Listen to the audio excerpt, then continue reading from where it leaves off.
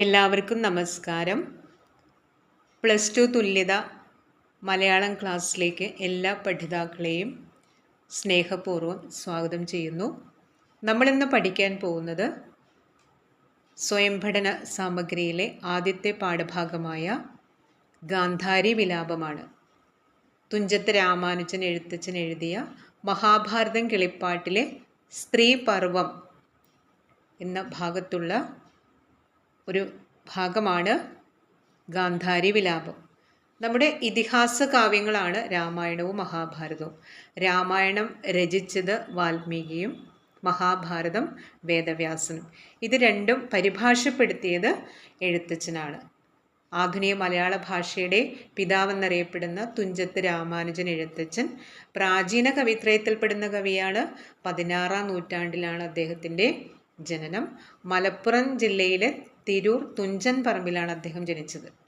കിളിപ്പാട്ട് പ്രസ്ഥാനത്തിൻ്റെ ഉപജ്ഞാതാവ്, ഭക്തി പ്രസ്ഥാനത്തിൻ്റെ പ്രയോക്താവ് എന്നെല്ലാം അദ്ദേഹം അറിയപ്പെടുന്നു. മഹാഭാരതം കിളിപ്പാട്ടിലെ ഏറ്റവും ശ്രദ്ധേയമായ ഭാഗമാണ് ഗാന്ധാരി വിലാപം.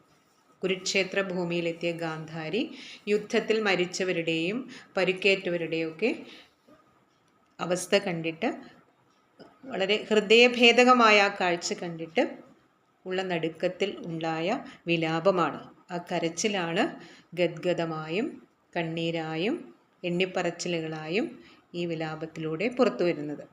ആരാണ് ഈ ഗാന്ധാരി? നിങ്ങൾക്കറിയാമല്ലോ, കുരുവംശ രാജാവായ ധൃതരാഷ്ട്രരുടെ പത്നിയാണ് ഗാന്ധാരി.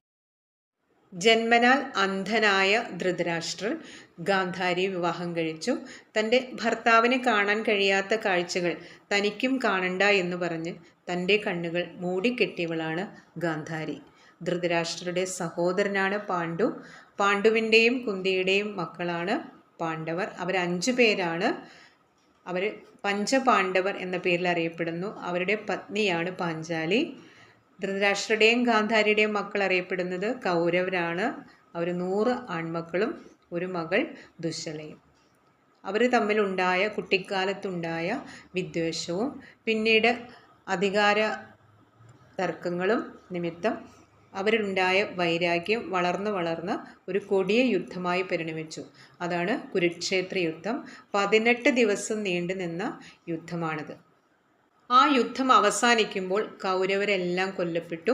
പാണ്ഡവർ 5 പേരും ശ്രീകൃഷ്ണൻ്റെ തേരാളിയായ സാത്വികിയും മാത്രമേ പാണ്ഡവപക്ഷത്തുണ്ടായുള്ളൂ. തൻ്റെ മക്കളെയും ചെറുമക്കളെയും അവസാനമായി ഒരു നോക്ക് കാണുവാൻ ഗാന്ധാരി കുരുക്ഷേത്ര ഭൂമിയിലേക്ക് എത്തുന്നു. തൻ്റെ കണ്ണിൻ്റെ കെട്ടഴിച്ച് കണ്ട കാഴ്ച ആ മാതൃഹൃദയത്തെ അങ്ങേയറ്റം പിടിച്ചുലച്ചു. ആ നടുക്കുന്ന കാഴ്ച കണ്ടിട്ട് ഗാന്ധാരി ഇതിന് കാരണക്കാരനായ ശ്രീകൃഷ്ണനെ വിളിച്ചാണ് വിലപിക്കുന്നത്. പാഠഭാഗം കേൾക്കാം.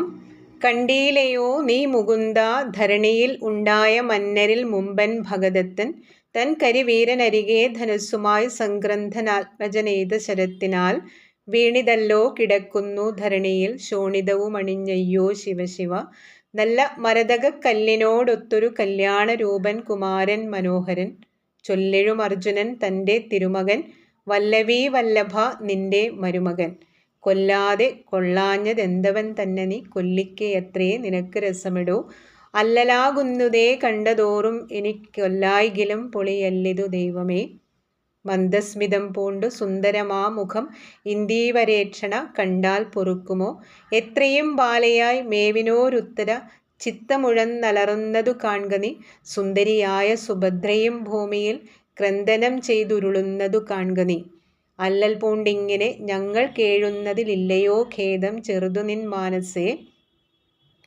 കല്ലുകൊണ്ടോ മനം താവകമാകില കല്ലിനും ആർദ്രതയുണ്ടിത് കാണുമ്പോൾ അല്ലേ ഘടോത്കജനാകിയ ഭീമാത്മജനല്ലോ കിടക്കുന്നതങ്ങതിനപ്പുറം നീലമല പോലെ കർണൻ പ്രയോഗിച്ച വേലും തറച്ചവൻ കാലൻ പുരിപുക്കാൻ കണ്ഠം മുറിഞ്ഞു ജയദ്രഥൻ തന്നുടൽ കണ്ടാലും അർജുനനെയ്ത ശരത്തിനാൽ എൻ മകൾ ദുശ്ശള കേഴുന്നതോർത്തുള്ളിൽ എൻ മനം വെന്തുരുകുന്നു ശിവശിവ ദ്രോണരെ സംസ്കരിച്ചോരു നിലമത കാണായതാരണൻ ആയതല്ലയോ ദൃഷ്ടതയുള്ള ദൃഷ്ടദ്യുമ്നനേറ്റവും ശിഷ്ടനായോരു ഗുരുവിനെ കൊല്ലുവാൻ മറ്റൊരുത്തന്നു തോന്നിയിടുമോ മാനസേ മുറ്റും ഇവനൊഴിഞ്ഞോർക്കിൽ മഹാമതേ.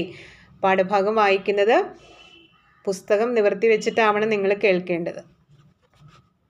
പാഠഭാഗത്തിൻ്റെ വിശദീകരണം നമുക്ക് അടുത്ത ക്ലാസ്സിൽ പഠിക്കാം. കൂടുതൽ മാർക്ക് വരുന്ന പാഠഭാഗമാണ്. ശ്രദ്ധിച്ച് നിങ്ങളാദ്യം പാഠഭാഗം കേൾക്കുക, പുസ്തകം നിവർത്തി വെച്ച് കേൾക്കുക. അടുത്ത ദിവസം നമുക്കതിൻ്റെ വിശദീകരണം കേൾക്കാം. Okay, thank you.